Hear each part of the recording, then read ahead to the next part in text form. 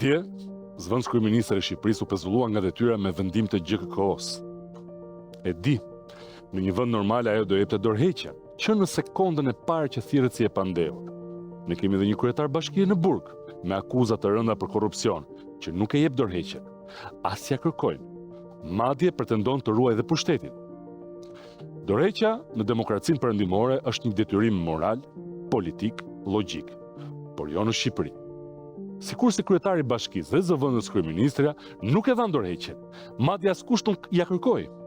As ata që e votuan, as kolegët e vet, as partia vet dhe as kryeministri. Përkundrazi, u bë pak show, që nuk do lëshoj, nuk dorëzohet, do e zgjidh.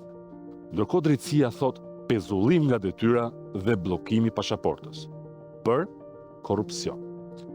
Ky vendim ishte një shenjë që edhe kur drejtësia është gjysmë e kapur, gjysmë e trembur, gjysmë e gjallë, korrupsioni si ai përbindshi në dollap. Ti mund të flesh i qetë, duke menduar se ai nuk ekziston, por ai do dalë një ditë. Dhe ka dalë. Por a mjafton?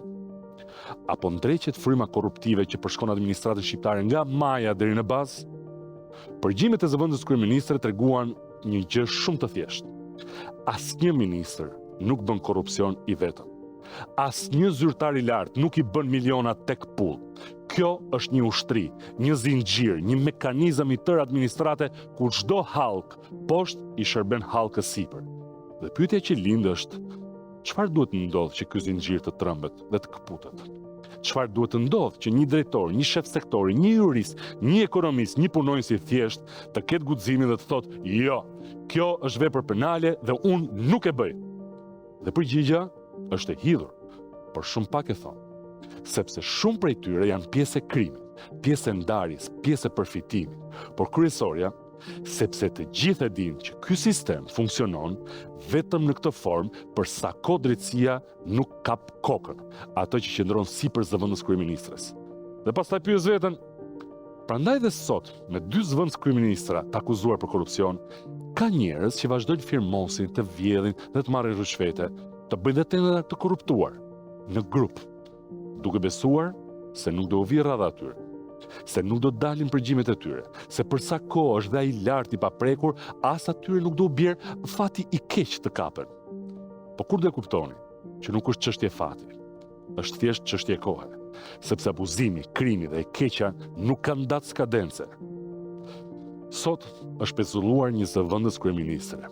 Nesër është rradha të tjerëve. Atyre më poshtë saj, por dhe ati sipër saj. Dhe mos u gënjeni, rradha juaj vjen gjithmonë, sepse kjo është pjesa që duhet t'ju shqetësoj. Jo e gjithë shoqëria shqiptare është e korruptuar, është vetëm një pjesë e kalbur, ju. Dhe nuk është e vështirë për t'u këputur. Dhe kur të këputeni, nuk do të ketë as show, as statuse, as deklarata.